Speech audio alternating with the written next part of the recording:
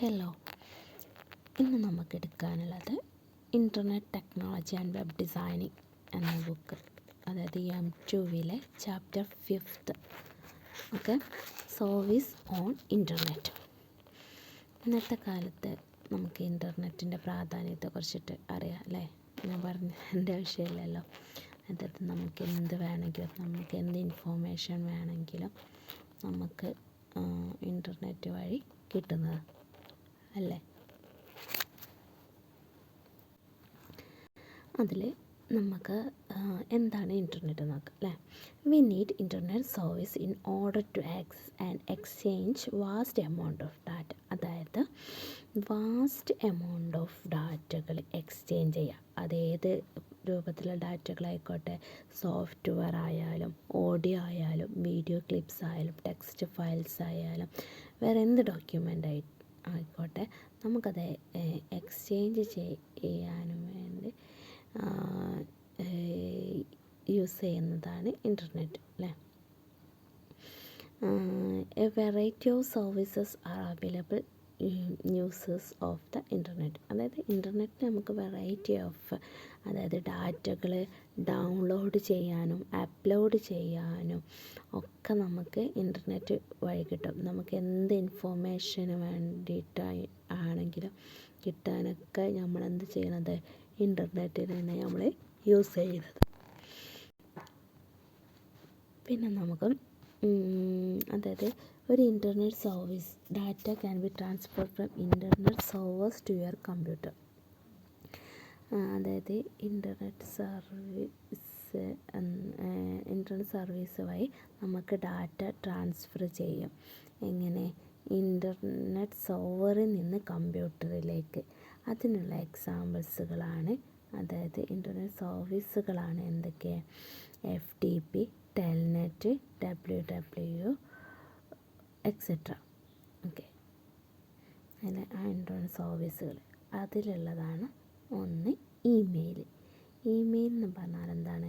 Electronic mail. ഇമെയിലിൻ്റെ full എന്താണ്? Electronic mail.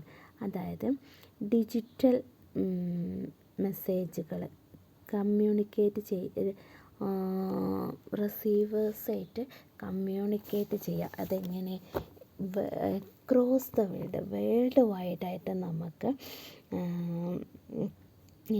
Communication നടത്താൻ ഡിജിറ്റൽ മെസ്സേജുകൾ കമ്മ്യൂണിക്കേറ്റ് ചെയ്യാനും വേണ്ടിയിട്ടാണ് എന്ത്? ഇമെയിൽ യൂസ് ചെയ്യണത്. ഇത് 1971 ഫസ്റ്റായിട്ട് ഇൻട്രൊഡ്യൂസ് ചെയ്തത്. ഓക്കെ, ഫസ്റ്റ് ഇമെയിലായിട്ട് 1971. ഇതിൽ ഈ ഇമെയിൽ സെൻഡ് ചെയ്യാനോ വേണ്ടിയിട്ട് നമ്മൾ പ്രോട്ടോക്കോളുകൾ യൂസ് ചെയ്യുന്നുണ്ട് കേട്ടോ. ഓക്കെ, ഈ ഇമെയിൽ അക്കൗണ്ട് നമുക്ക് എന്തെങ്കിലും കൺട്രോൾ യൂസ് ചെയ്യാനും വേണ്ടിയിട്ട് നമ്മളെന്താണ് കുറേ പ്രോട്ടോക്കോളുകൾ യൂസ് ചെയ്യുന്നുണ്ട്. ഓക്കെ, ഇതിൽ ഈ മെസ്സേജുകൾ നമ്മൾ പാസ് ചെയ്യുമ്പോൾ 2 പേർക്കും അക്കൗണ്ടുകൾ വേണം. ഇപ്പം നമ്മൾ വാട്സപ്പ് ചാറ്റൊക്കെ നടത്തുന്ന മാതിരി 2 പേർക്കും അക്കൗണ്ടുകൾ വേണം. ഇത് നമുക്ക് അതായത് സെൻഡർക്കും റിസീവർക്കും അക്കൗണ്ടുകൾ വേണം. അങ്ങനെയാണ് ഇമെയിൽ പോസിബിൾ ആവുള്ളൂ 2 പേർക്കും. അതിൽ ഓരോരുത്തർക്കും അഡ്രസ്സുകൾ ഡിഫറെൻ്റ് ആയിരിക്കുകയും ചെയ്യും, ഓരോ ഇമെയിൽ അഡ്രസ്സുകൾ. ഇങ്ങനെ നമ്മൾ ഇമെയിൽ സെൻഡ് ചെയ്യാൻ നമുക്ക് ഏത് ടൈപ്പ് ഓഫ് ഡാറ്റകളും നമുക്ക് സെൻഡ് ചെയ്യാം. അതായത് ഫോട്ടോസോ ഓഡിയോസോ വീഡിയോസോ ഏത് ടൈപ്പ് ഓഫ് ഡോക്യുമെൻറ്റുകളും ഇമെയിൽ വഴി നമുക്ക് എന്ത് ചെയ്യാം? സെൻഡ് ചെയ്യാൻ പറ്റും. ഓക്കെ, നമ്മൾ മെയിനായിട്ട് യൂസ് ചെയ്യുന്ന ഇമെയിൽ സർവീസുകളാണ് ഏതൊക്കെ? Hotmail, Gmail, Yahoo mail, Rediff mail. അപ്പോൾ നമ്മൾ കോമൺലി ആയിട്ട് യൂസ് ചെയ്യുന്നതാണ് ഏത്?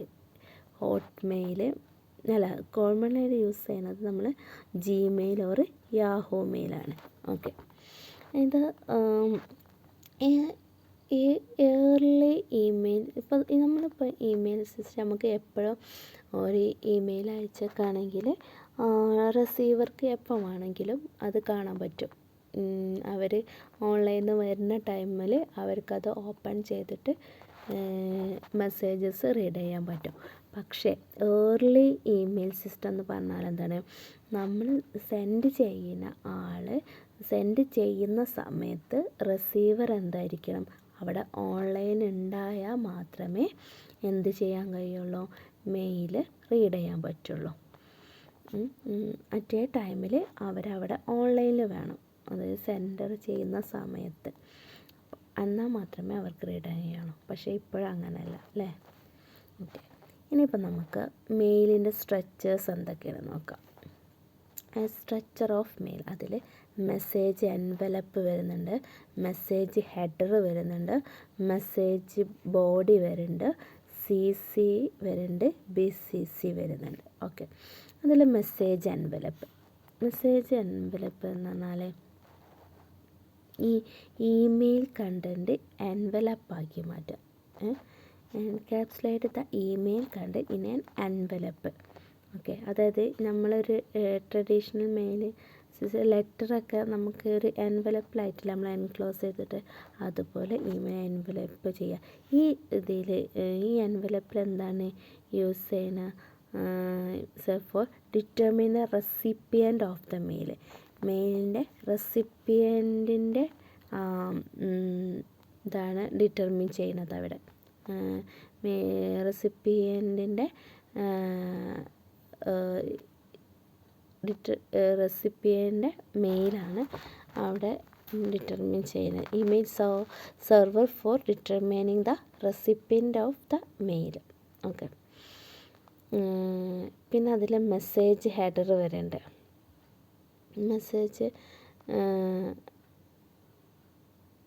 മെസ്സേജ് ഹെഡറിൽ എന്താ വരുന്നത് വെച്ചാൽ അവിടെ അതായത് track the destination of a message and to keep track of the precise route to take passing through each mail server. അതിൻ്റെ ഡെസ്റ്റിനേഷൻ ട്രാക്ക് ചെയ്യാൻ, അതായത് ആ മെസ്സേജ് ഹെഡറിലാണ് ഫ്രം ആയാലും ടു ആയാലും CC ആയാലും സബ്ജക്റ്റും ഡേറ്റും എല്ലാ അധിക ഡീറ്റെയിൽസുകളും എന്താണ് മെസ്സേജ് ഹെഡറിലുണ്ടാവും. അപ്പോൾ അതിൽ നിന്ന് ട്രാക്ക് ചെയ്യാൻ പറ്റും, എവിടേക്കാണ് എന്തൊക്കെയാണ് എന്നുള്ളതൊക്കെ ട്രാക്ക് ചെയ്യാൻ പറ്റും. ഓക്കെ, അതുകൊണ്ടാണ് ഫ്രം ടു ഒക്കെ കൊടുക്കുന്നുണ്ടല്ലോ. അപ്പോൾ അതുകൊണ്ട് അതിന് നമുക്ക് മനസ്സിലാക്കി കൊടുക്കാൻ പറ്റും, മെസ്സേജ് ഹെഡറിൽ നിന്ന് നമുക്ക് മനസ്സിലാക്കാൻ പറ്റും ഇത് എവിടേക്കുള്ളതാണ് എന്നുള്ളത്, അതിൻ്റെ ഡെസ്റ്റിനേഷന് നമുക്ക് ഐഡൻറ്റിഫൈ ചെയ്യാൻ പറ്റും. ഓക്കെ, ഇനി അടുത്തതാണ് മെസ്സേജ് ബോർഡിലാണ് നമ്മളെ കണ്ടൻറ് ഉണ്ടാവുക. ടെക്സ്റ്റ് ആയാലും ഫോട്ടോസ് ആയാലും ഏത് ഫയൽ അറ്റാച്ച്മെൻ്റ് ആയാലും റെസിപ്പിയൻറ്റിനുള്ള ഏത് ഫയലുകളായാലും ഒക്കെ ഉണ്ടാവുക മെസ്സേജ് ബോഡിയിലാണ്. പിന്നെ വരുന്നതാണ് CC പറഞ്ഞാൽ കാർബൺ കോപ്പി, അതായത് copies of an email to other individual using CC. അതായത് ഈ സെയിം സാധനങ്ങൾ തന്നെ നമുക്ക് എന്തായിരിക്കും വേറെ ഉള്ള ആൾക്കാർക്ക് അയക്കേണ്ടി വരും. അതായത് ടോട്ടലായിട്ടൊരു സബ്ജക്റ്റ് തന്നെ പല ആൾക്കാർക്കും പേഴ്സണൽ ഇമെയിൽ, അതിപ്പോൾ കമ്പനി ഇമെയിലുകൾ അങ്ങനെയൊക്കെ ആണെങ്കിൽ നമുക്ക് പല ആൾക്കാർക്കും ഒരേ മെസ്സേജ് തന്നെ സെൻഡ് ചെയ്യേണ്ടി വരും. അങ്ങനെ സെൻഡ് ചെയ്യുന്നതിനാണ് CC പറയുക. അപ്പോൾ അതിൽ ഈ CCയിൽ എന്താണ്, അതായത് നമ്മൾ അഡീഷണൽ ആയിട്ടുള്ള റെസിപ്പിയൻ്റൊക്കെ ആഡ് ചെയ്തിട്ടുണ്ടെങ്കിൽ നമുക്ക് ആർക്ക് ഇത് ഈ അയക്കുന്ന ആൾക്കും പിന്നെ അത് റിസീവ് ചെയ്യുന്ന ആൾക്കാർക്കൊക്കെ എന്താണ് വേറെ ആർക്കൊക്കെ അയച്ചിട്ടുണ്ടെന്ന് അവരുടെ അഡ്രസ്സ് കാണാൻ പറ്റും. അതാണ് CCയിലുണ്ടാവുക.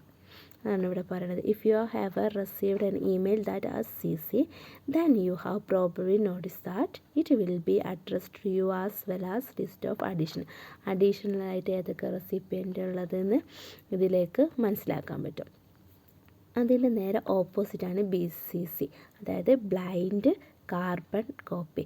അത് പറഞ്ഞാണെങ്കിൽ sending copy of an email other പീപ്പിളാണ്. പക്ഷേ എന്താണെന്ന് വെച്ചാൽ recipient won't be able to say that someone else has been sent copy of the email.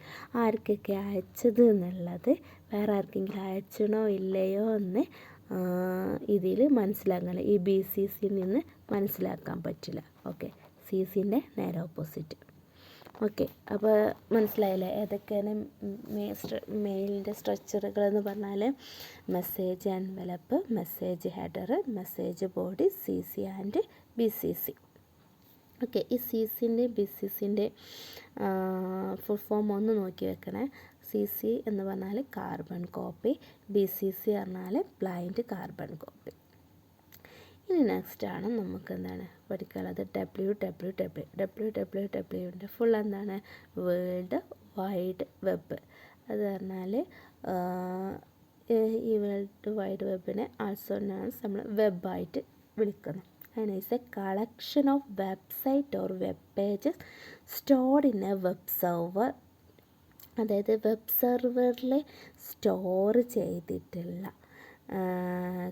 വെബ്സൈറ്റിൻ്റെയോ web പേജിൻ്റെയോ കളക്ഷനെയാണ് നമ്മളെന്ത് പറയുക? WW എന്ന് പറയുന്നത്. ഇത് പറഞ്ഞിട്ടാണെങ്കിൽ ലോക്കൽ കമ്പ്യൂട്ടറും ത്രൂ ദ ഇൻ്റർനെറ്റായിട്ട് കണക്ട് ചെയ്തിട്ടുണ്ടാവും. ഓക്കെ, ലോക്കൽ കമ്പ്യൂട്ടറിൽ ഇൻ്റർനെറ്റായിട്ട് കണക്ട് ചെയ്തിട്ടുള്ള വെബ് പേജുകളുടെയോ അല്ലെങ്കിൽ വെബ്സൈറ്റ് കളക്ഷനെയാണ് വേൾഡ് വൈഡ് വെബ് പറഞ്ഞത്. ഈ വെബ് സൈറ്റിൽ എന്തൊക്കെയുണ്ട്? Text pages, digital images, audios, വീഡിയോസൊക്കെ ഈ വെബ്സൈറ്റിൽ കണ്ടെയ്ൻ ചെയ്തിട്ടുണ്ട്. ഓക്കെ, പിന്നെ എവിടെ നിന്നും നമുക്ക് ഏത് വിവരങ്ങളും എന്ത് ചെയ്യാം? ഈ വെബ്സൈറ്റ് വഴി നമുക്ക് കമ്പ്യൂട്ടറോ ലാപ്ടോപ്പോ സെൽഫോണോ ഒക്കെ ഉപയോഗിച്ചിട്ട് നമുക്ക് ഈ വെബ്സൈറ്റ് വഴി നമുക്ക് എന്ത് വിവരങ്ങളും കിട്ടും. ഓക്കെ, പിന്നെ നമ്മൾ the building blocks of web are web pages which are formatted in HTML and connected links called hypertext or hyperlinks and accessed by HTTP. അതായത് ഈ വെബ് പേജ് ക്രിയേറ്റ് ചെയ്തിരിക്കുന്നത് പിന്നെ HTML ആയിട്ടാണ്. Web page visas formatted in HTML. അതിൽ എന്തൊക്കെയാണ്? Hyper ടെക്സ്റ്റോ hyper ലിങ്കോ ആയിട്ട് connection ചെയ്തിട്ടുണ്ട്. അതായത് ഹൈപ്പർ ലിങ്ക് എന്ന് കണ്ടിട്ടുണ്ടോ? ബ്ലൂ കളറിൽ വരുന്നത്. അതായത് ഒരു പേജ് എടുത്താൽ നമുക്ക് അവിടെ കുറേ അത് ഹൈപ്പർ ലിങ്ക്സ് ആയിട്ട് പോകും. ഹൈപ്പർ ലിങ്ക്സ് അവിടെ ഇങ്ങനെ കാണും. എന്നിട്ട് നമ്മൾ ക്ലിക്ക് ചെയ്താൽ നെക്സ്റ്റ് പേജിലേക്ക്, അതായത് ഒരു പേജിൽ നിന്ന് മറ്റേ പേജിലേക്ക് പോകാനുള്ള ലിങ്കുകളാണ് അത് കൊടുത്തിട്ടുള്ളത്. ആ പേജിൽ കയറിയാൽ നമുക്ക് ഇനിയിപ്പോൾ അതിനുമായി ബന്ധപ്പെട്ടുള്ള ലിങ്കുകളൊക്കെ അതിൻ്റെ താഴെ കൊടുത്തിട്ടുണ്ടാവും. നമുക്ക് എന്നിട്ട് ആ പേജിൽ കയറിയിട്ട് ആ ലിങ്കിൽ പോയിട്ട് നമുക്ക് പോയാൽ പിന്നെ മോർ ഇൻഫോർമേഷനൊക്കെ കിട്ടും, അല്ലെങ്കിൽ അതിന് റിലേറ്റഡ് ആയിട്ടുള്ള ഇൻഫോർമേഷനൊക്കെ കിട്ടും. അതേപോലെ തന്നെ ഹൈപ്പർ ടെക്സ്റ്റും. ഓക്കെ, പിന്നെ ഈ എന്താ അവിടെ പറയണതാണ് കേട്ടോ, യൂസസ് ക്യാൻ ദ അപ്പം നമുക്ക് എന്തായിരിക്കും അതിനെക്കുറിച്ചുള്ള ഇൻഫോർമേഷന് നമുക്ക് പെട്ടെന്ന് തന്നെ കിട്ടും. പിന്നെ hyper text offer advance select a word or phrase from text and thus the access other page provide additional information related that word of phrase. ആ വേർഡ് ഓഫ് ഫ്രേസ് വേറെ എവിടെയെങ്കിലും യൂസ് ചെയ്തിട്ടുണ്ടെങ്കിൽ നമുക്കെന്താണ് ആ ഡീറ്റെയിൽസ് നമുക്ക് അതിൽ നിന്ന് അറിയാൻ പറ്റും. ഓക്കെ, ഇനി HTTP hyper text transfer protocol. അത് പറഞ്ഞാൽ എന്താണ്? HTTP പറഞ്ഞാൽ protocol that may possible to related resources from all over the web. എല്ലാ വെബിൽ നിന്നും, അതായത് അതിന് റിലേറ്റഡ് ആയിട്ടുള്ള റിസോഴ്സസ് റിട്രീവ് ചെയ്യാനും വേണ്ടിയിട്ടാണ് HTTP യൂസ് ചെയ്യുന്നത്. അതായത് the world wide web global information initiative has been using HTTP since in 1919.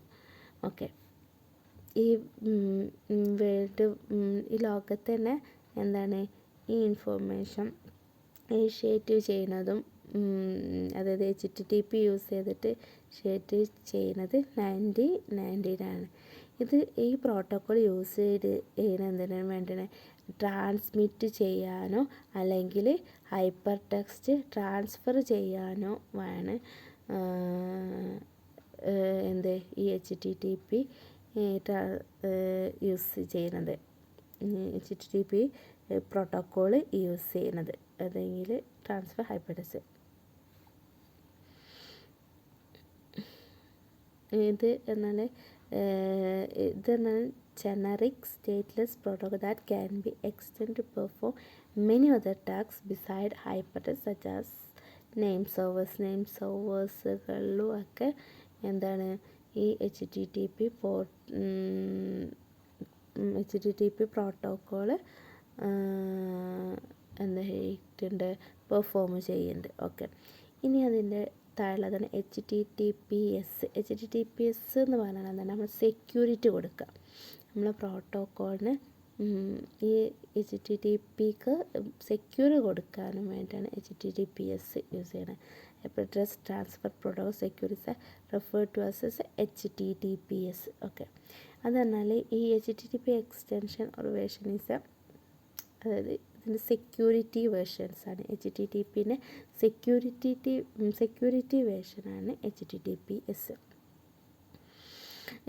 ഇത് മെയിനായിട്ട് യൂസ് ചെയ്യുന്നത് മോസ്റ്റായിട്ട് സെക്യൂറായിട്ട് ഡാറ്റകൾ അതായത് വെബ്സൈറ്റിലോ വെബ് ബ്രൗസറുകൾക്കിടയിലോ ഡാറ്റ ട്രാൻസ്മിറ്റ് ചെയ്യാനും വേണ്ടിയിട്ടാണ് ഈ HTTPS യൂസ് ചെയ്യുന്നത്. അതായത് frequently used for secure conversation on the internet. Okay, ഇനി HTML എന്ന് പറഞ്ഞാൽ എന്താണ്? Hyper text markup language. നമുക്ക് വെബ് പേജുകൾ ക്രിയേറ്റ് ചെയ്യാനും വേണ്ടിയിട്ടാണ് ഈ HTML യൂസ് ചെയ്യുന്നത്. ഓക്കെ, ഈ markup language define text document inside the tag that define structure of web page and hyper text define the link between the website. അതിൽ നമ്മൾ ഈ മാർക്കപ്പ് ലാംഗ്വേജ് അതായത് hyper text markup language define എന്ന് പറഞ്ഞാൽ text അതായത് അതിൻ്റെ ഉള്ളിൽ tag ഉണ്ടാവും. ആ വെബ് പേജിൻ്റെ ഒരു സ്ട്രക്ചറുകൾ ആ ടാഗിൻ്റെ ഉള്ളിലാണ് അതിൻ്റെ സ്ട്രക്ചറായിട്ടുണ്ടാവുക. HTML ഓരോരോ HTML നിങ്ങൾ പഠിച്ചിട്ടുണ്ടാവും അല്ലേ കഴിഞ്ഞ ക്ലാസ്സിൽ. അപ്പോൾ അതായത് ഓരോരോ ടാഗുകൾ ഉണ്ടാവും ഓരോരോ ഇതിന്. അതായത് ബാക്ക്ഗ്രൗണ്ടിന് വേറെ ടാഗ്, അതായത് ടൈറ്റിലിന് വേറെ ടാഗ്, അങ്ങനെ ഓരോ ടാഗുകൾ ആ വെബ് പേജിൻ്റെ ഉള്ളിലുണ്ടാവും. ഓക്കെ, ആ ഒരു വെബ് പേജ് ക്രിയേറ്റ് ചെയ്യാൻ വേണ്ടി ആ സ്ട്രക്ചറിൻ്റെ ഉള്ളിലുണ്ടാവും. ഇനി ഈ ഹൈപ്പർ ടെക്സ്റ്റ് അതായത് ഹൈപ്പർ ടെക്സ്റ്റ് അല്ലെങ്കിൽ ഹൈപ്പർ ലിങ്ക് എന്നൊക്കെ ആണെങ്കിൽ എന്താണ്? രണ്ട് വെബ്സൈറ്റുകൾക്കിടയിൽ എന്തായിരിക്കും?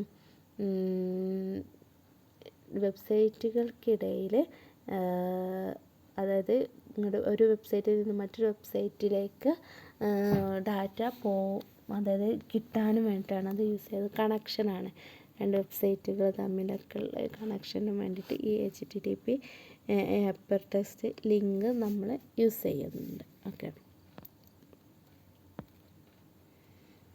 പിന്നെ tags and attribute that are applied to the web page ഡിസൈനിന് വേണ്ടിയിട്ടാണ് യൂസ് ചെയ്യാമെന്ന് പറഞ്ഞു.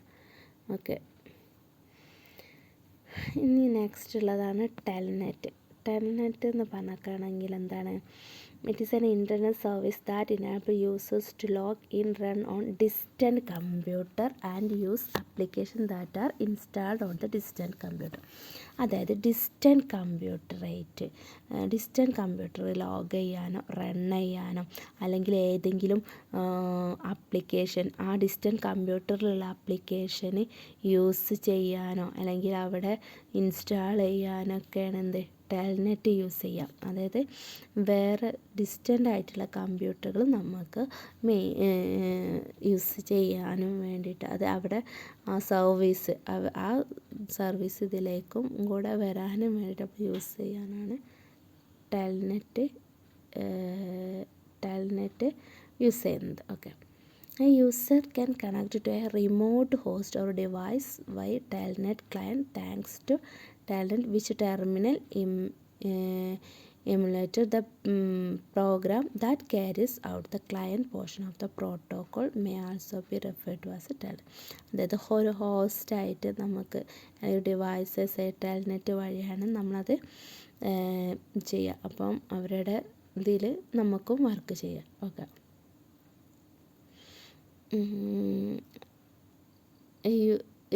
ഒരു യൂസർ റിമോട്ട്ലി ആയിട്ട് മാനേജ് ചെയ്യാണ്. User can remotely manage A device or account വഴി ടെൽനെറ്റ് വഴി നമുക്ക് റിമോട്ട്ലി ആയിട്ട് അത് മാനേജ് ചെയ്യാൻ പറ്റും. ഓക്കെ, ഇത്ര ഇവിടെ പറയാനുണ്ടല്ലോ കേട്ടോ.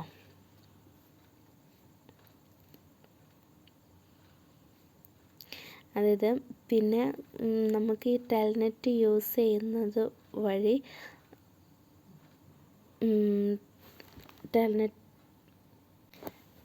വഴി എന്താണ് നമ്മൾ സെക്യൂരിറ്റി ഇഷ്യൂസ് വരുന്നുണ്ട് കേട്ടോ. അത് ഇൻസെക്യൂറാണ്. കാരണം വെച്ചാൽ ഡാറ്റകളൊക്കെ ആ ക്ലിയർ ടെസ്റ്റിൽ തന്നെയാണ് സെൻഡ് ചെയ്യുന്നത്. അപ്പോൾ എന്താണ് നമ്മൾ ആക്ച്വൽ ഫോമിൽ തന്നെ ആകുമ്പോൾ വഴിയിൽ നിന്ന് വേറെ ഹോസ്റ്റുകൾ, അതായത് നമുക്കവിടെ ഹാക്ക് ചെയ്യാനുള്ള സാധ്യതകളുണ്ട്. അത് അവിടെ sniffing, network cloud intercept user name and password Devar being transferred. അവിടെ വെച്ച് കട്ട് ചെയ്തിട്ട് അവർക്ക് ഡാറ്റകൾ എടുക്കാനുള്ള ഇതുണ്ട്, ആക്ച്വൽ ഡാറ്റകൾ അയക്കണുണ്ട്. മറ്റേത് നമ്മൾ സെക്യൂരിറ്റീൻ്റെ ഫലമായിട്ട് എൻക്രിപ്റ്റഡ് ആയിട്ട് ഡീക്രിപ്റ്റഡ് ആയിട്ടുള്ള ഡാറ്റകൾ സെൻഡ് ചെയ്യാം. ഇത് ആക്ച്വൽ ടെസ്റ്റ് തന്നെയാണ് നമ്മൾ സെൻഡ് ചെയ്യുന്നത്. Okay. Majority of Telnet implementation lack of authentication, which would carry that message are sent only between two required hosts and are not tampered within the process. Okay. പിന്നെന്താണ് അത് അപ്പോൾ അതുകൊണ്ടാണ് ഈ Telnet protocol നമ്മൾ സെക്യൂറായിട്ട് use ചെയ്യണം. അതിൽ use ചെയ്യുന്നതാണ് എന്ത് SSH. ഓക്കെ, സെക്യൂർ ഷെൽ പ്രോട്ടോക്കോളാണ് നമ്മൾ ഇതിന് വേണ്ടിയിട്ട് യൂസ് ചെയ്യുന്നത്. ഓക്കെ, ഇതിന് സെക്യൂരിറ്റി, ഈ ടെൽനെറ്റിൻ്റെ സെക്യൂരിറ്റിക്ക് വേണ്ടിയിട്ട് യൂസ് ചെയ്യുന്നത്. ഇനി കുറച്ച് എന്താണ് ടെൽനെറ്റ് കമാൻഡ്സുകളുണ്ട്. കുറച്ച് ടെൽനെറ്റ് കമാൻഡ്സ് പറഞ്ഞാൽ അറിയാലോ അല്ലേ. നമുക്കത് എന്താണ് അവിടെ കമൻറ്റുകൾ, നമുക്ക് കമ്പ്യൂട്ടറിന് മനസ്സിലാവുന്ന കമൻറ്റുകൾ കൊടുത്തിട്ട് നമുക്ക് ആ പ്രോസസ്സ് അവിടെ ചെയ്യണം ഒരു ഇതിൽ. അപ്പോൾ ടെൽനെറ്റ് കമാൻഡുകളാണ് നമ്മൾ പറയുന്നത്. ടെൽനെറ്റ് ഡോട്ട് എന്ന് പറഞ്ഞാൽ എന്താണ്, അതായത് to start interacting Telnet client. അത് ടെൽനെറ്റ് ക്ലയൻ്റായിട്ട് ഇൻട്രാക്റ്റ് ചെയ്യാൻ പോവുകയാണ്, അത് അവിടെ സ്റ്റാർട്ട് ചെയ്തു എന്ന് സൂചിപ്പിക്കാനും വേണ്ടിയിട്ടാണ് ടെൽനെറ്റ് ഡോട്ട് നമ്മൾ യൂസ് ചെയ്യുന്നത്. ഇനി ടെൽനെറ്റ് IP പോർട്ട്, അതായത് നമുക്ക് ആവശ്യമായിട്ടുള്ള പോർട്ടുകൾ സ്പെസിഫൈ ചെയ്യാനും, അതായത് നമുക്ക് ആവശ്യമായിട്ടുള്ള IP പോർട്ട്, അതായത് specified the IP and port number server which you want to connect. നമുക്ക് സെർവറായിട്ട് കണക്റ്റ്, നമുക്ക് ആവശ്യമായിട്ടുള്ള കണക്റ്റ് ചെയ്യാനും വേണ്ടിയിട്ടുള്ള ആ IP അല്ലെങ്കിൽ ആ പോർട്ട് നമ്പറിനെ സ്പെസിഫൈ ചെയ്യാനും വേണ്ടിയിട്ടാണ് ഈ IP പോർട്ട് യൂസ് ചെയ്യുന്നത്. ഇനി ഓപ്പൺ എന്ന് പറഞ്ഞാൽ എന്താണ്, ഓപ്പൺ IP പോർട്ട്, അതായത് നമുക്ക് കണക്ട് ചെയ്യേണ്ട കമ്പ്യൂട്ടർ ഉണ്ടാവില്ലേ, അത് ഓപ്പൺ ചെയ്യണം. To open a connection to connect to the remote. നമുക്ക് കണക്ട് ചെയ്യേണ്ട കമ്പ്യൂട്ടറുകൾ അത് തമ്മിൽ കണക്ട് ചെയ്യാനും വേണ്ടിയിട്ട് ആണ് ഓപ്പൺ കമാൻഡ് യൂസ് ചെയ്യുന്നത്. ഓക്കെ.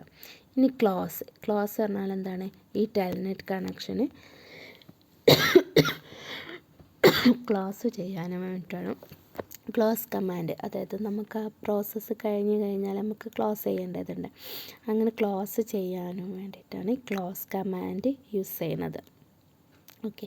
ഇനി നെക്സ്റ്റ് കമാൻഡാണ് ഡിസ്പ്ലേ എന്ന് പറഞ്ഞാൽ നമ്മൾക്ക് എന്താണ് കറൻറ്റ് സെറ്റിങ്സ് എന്തൊക്കെയാണ് ആ കറൻറ്റ് സെറ്റിങ്സ് ഡിസ്പ്ലേ ചെയ്യാനും വേണ്ടിയിട്ടാണ് ഡിസ്പ്ലേ കമാൻഡ് യൂസ് ചെയ്യണത്. ഇനി നെക്സ്റ്റ് വണ്ണാണ് ക്വിറ്റ് കമാൻഡ് എന്തിനാണ് യൂസ് ചെയ്യണത്, അതായത് ഈ ടെൽനെറ്റിൻ്റെ ഇൻട്രാക്ഷന് സ്റ്റോപ്പ് ചെയ്തെന്ന് എൻഡ് ചെയ്തു കഴിഞ്ഞു എന്ന് പറയാനും വേണ്ടിയിട്ടാണ്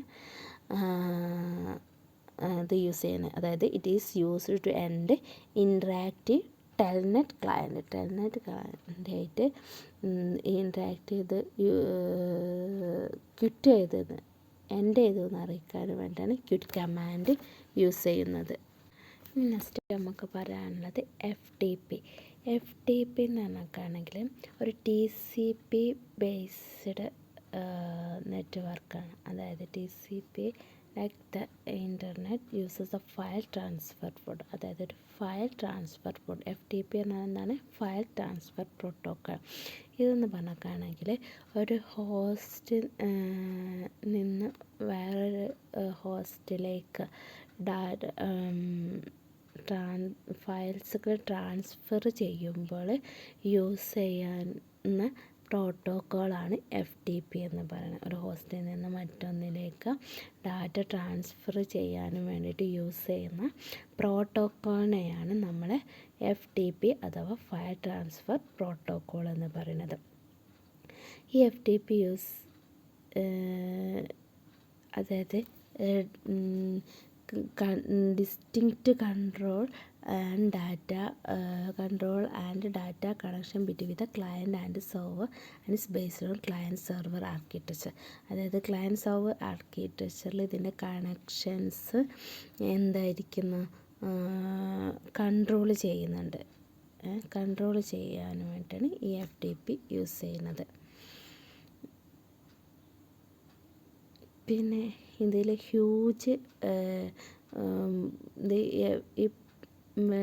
ഇതിൽ പറഞ്ഞാൽ FTP അതായത് കമ്പ്യൂട്ടറൈസ്ഡ് ഹ്യൂജ് ഫയൽസ് ചെയ്യുമ്പോഴാണ് ഇതിൻ്റെ ഈ FTP ഇതിന് പ്രയോറിറ്റി കൊടുക്കുന്നത്, കണക്ട് ചെയ്യുന്നത്. ഓക്കെ, ഈ ഹ്യൂജ് ഫയലിൻ്റെ ആദ്യത്തെ എന്ന് പറഞ്ഞാൽ FTP the early FTP client software programmer interactive command line tools that used standard syntax and commands.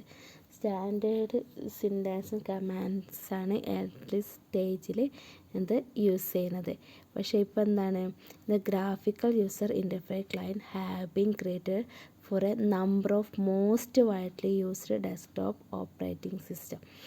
ഇപ്പോൾ മുതലെന്ന് പറഞ്ഞാൽ ഇത് മോസ്റ്റായിട്ട് ഈ ഡെസ്ക്ടോപ്പ് ഓപ്പറേറ്റിംഗ് സിസ്റ്റത്തിൽ യൂസ് ചെയ്യുന്നുണ്ട്.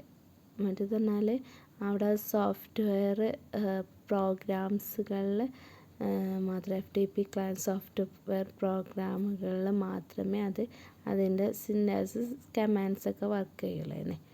ഓക്കെ, ഈ FTP എന്നാൽ most frequently used to upload files to server or retrieve files from server over the.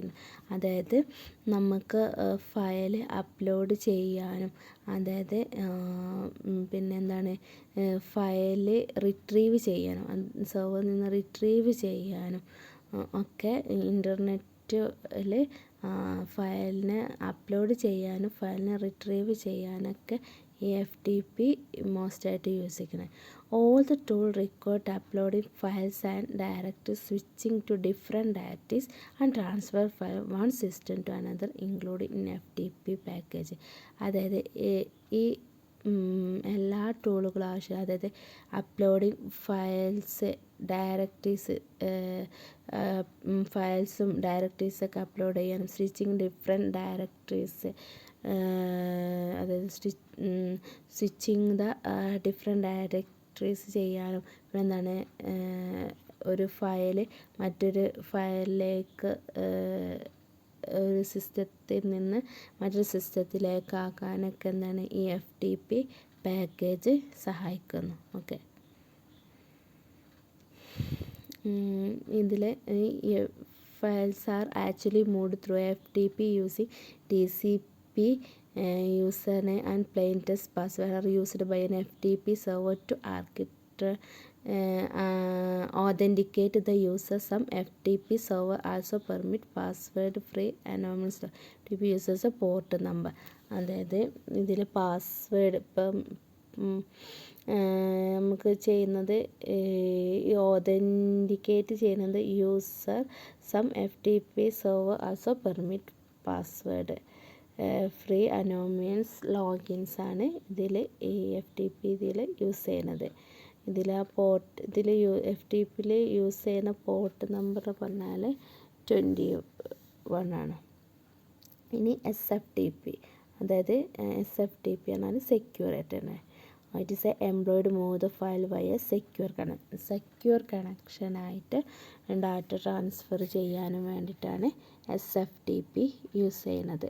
Okay, ഇന്ത്യയിൽ SFTPയിൽ യൂസ് ചെയ്യുന്ന പോർട്ട് നമ്പേഴ്സ് 22. പോർട്ട് നമ്പർ കഴിഞ്ഞ ചാപ്റ്ററിൽ എടുത്തിട്ടുണ്ട് കേട്ടോ. അവിടെ ഉണ്ട് എന്താണ് പോർട്ട് നമ്പറൊക്കെ പറഞ്ഞിട്ടുണ്ട്. ഇനി IRC പറഞ്ഞാൽ ഇൻ്റർനെറ്റ് റിലേ ചാറ്റ്. എന്ന് പറഞ്ഞാൽ ഈ ക്ലയൻറ്റോ സെർവറിലോ ഒന്നെങ്കിൽ കറണ്ടിൽ അല്ലെങ്കിൽ server networking model based application that make it easier to transfer text based messages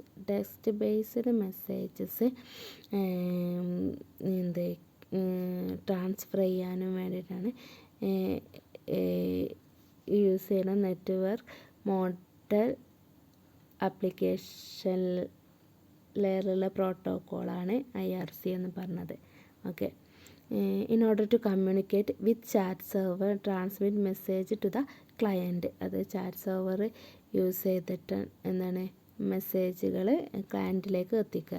user want to install the IRC client program on his computer for all popular operating system. അതായത് നമ്മളിത് install ചെയ്യണം. അത് നമുക്ക് ആ സെർവറിലേക്ക് messages pass ചെയ്യാനും വേണ്ടിയിട്ട്. Okay, ഈ IRC is primarily intended to group of conversions such as found in forums. അതായത് നമുക്ക് ഇതുണ്ടാവില്ലേ ഈ IRCയിൽ പറഞ്ഞാൽ നമുക്ക് conversations that are found in forums. Additionally, it is a feature sharing files. അതായത് കോൺവെർസേഷൻ അല്ലെങ്കിൽ എന്താണ് ഫോറംസ് അല്ലെങ്കിൽ എന്താണ് it's as a feature of sharing ഫയൽസുകൾ ഫീച്ചേഴ്സ് ആക്കാനും വേണ്ടിയിട്ടൊക്കെയാണ് എന്താണ് ഈ IRC യൂസ് ചെയ്യുന്നത്. ഓക്കെ, ഇവിടെ എന്താണ് IRCൻ്റെ മെത്തേഡ് പറഞ്ഞാൽ യൂസസ് പറഞ്ഞാൽ നമ്മൾ in order to communicate with chat server and transmit message to other client. അതായത് നമുക്ക് വേറെ ക്ലയൻ്റായിട്ട് ഡാറ്റ ട്രാൻസ്മിറ്റ് ചെയ്യുകയോ അല്ലെങ്കിൽ ചാറ്റ് ചെയ്യുകയോ ചെയ്യുകയാണെങ്കിൽ നമ്മൾ യൂസർ എന്തായിരിക്കണം IRC ക്ലയൻറ്റ് പ്രോഗ്രാം അവിടെ ഇൻസ്റ്റാൾ ചെയ്തിരിക്കണം അവരുടെ കമ്പ്യൂട്ടറിൽ. പിന്നെന്താണ് എല്ലാ popular operating system the client software is accessible. അപ്പോൾ എന്താണ് എല്ലാ സോഫ്റ്റ്വെയർ ആപ്ലിക്കേഷൻ ലെവലൊക്കെ ആപ്ലിക്കേഷൻസൊക്കെ അതിൽ വർക്ക് ചെയ്യും. ഓക്കെ, ഈ IRCക്ക് പറഞ്ഞാൽ primary intended for a group of പറഞ്ഞല്ലേ conversation. Additionally that USB feature sharing files. Okay, ഇനി ഇവിടെ പറയണത് IRC ബാക്കിയുള്ള പോയിന്റുകളൊന്നും ഇമ്പോർട്ടൻ്റ് അല്ല കേട്ടോ. അവിടെ കമ്മ്യൂണിക്കേഷൻ നടക്കുന്നത് IRC ക്ലയൻറ്റ് സോഫ്റ്റ്വെയറുകളാണ്. നമ്മൾ പറഞ്ഞതൊക്കെ തന്നെയാണ് അവിടെ പറയണത്.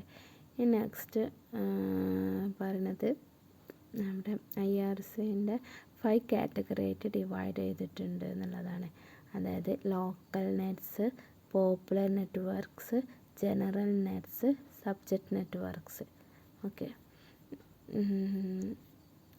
അതൊക്കെയാണ് എന്ത് ഈ IRC നെറ്റ്വർക്ക് ഡിവൈഡ് 5 കാറ്റഗറി ആയിട്ട് ഡിവൈഡ് ചെയ്തിട്ടുള്ളത്. Okay, local topics will be discussed. അവിടെ ലോക്കൽ ടോപ്പിക്സുകളാണ് എന്ത് ഡിസ്കസ് ചെയ്യുക. Popular network will have more than 10,000 users. അവിടെ എന്താണ് പോപ്പുലർ നെറ്റ്വർക്കിൽ അവിടെ മോർ ദാൻ 10,000 യൂസേഴ്സ് ഉണ്ടാവും. ജനറൽ നെറ്റ്സിൽ will be between 100 and 1000 people. അതായത് അവിടെ ജനറൽ നെറ്റ്സിൽ അങ്ങനെ അത്ര ഒരു കമ്പനി അങ്ങനെ എന്തെങ്കിലും ബിസിനസ്സായിട്ടുള്ള ബന്ധപ്പെട്ട ആളുകൾ മാത്രം അവിടെ ഉണ്ടാവും. Subject network, some people start there on group with specific focus. അതായത് എന്തെങ്കിലും സ്പെഷ്യലായിട്ട് നമ്മൾ ഉണ്ടാക്കുമല്ലോ, വാട്സപ്പിലൊക്കെ ഗ്രൂപ്പ് ചാറ്റ് ഒക്കെ നടത്തുന്നുണ്ടല്ലോ, ഗ്രൂപ്പ് ഉണ്ടാക്കുന്നുണ്ടല്ലോ, അതുപോലെ തന്നെ ഇത് സബ്ജക്റ്റ് നെറ്റ്വർക്ക്. അതിന് പ്രത്യേക ടോപ്പിക്കിനും വേണ്ടിയിട്ട് അവരുടേതായിട്ടുള്ള ഗ്രൂപ്പ് ഒരു സ്പെസിഫിക് കാര്യത്തിന് വേണ്ടിയിട്ട് ഉണ്ടാക്കുന്നതാണ് സബ്ജക്റ്റ് നെറ്റ്വർക്ക് എന്ന് പറയണത്. അപ്പോൾ അതിൽ ഈ IRC അതൊരു നമ്മളോട് ഒബ്ജക്റ്റീവ് ടൈപ്പ് ചോദിക്കുകയാണെങ്കിൽ IRCൻ്റെ കാറ്റഗറീസ് ഏതൊക്കെ എന്നുള്ളത് മനസ്സിലാക്കി വെക്കണം കേട്ടോ. ഓക്കെ, ഇനി നമുക്ക് സെർച്ച് എഞ്ചിനാണ്, അത് നമുക്ക് നെക്സ്റ്റ് ക്ലാസ്സിൽ എടുക്കാം. Okay, thank you.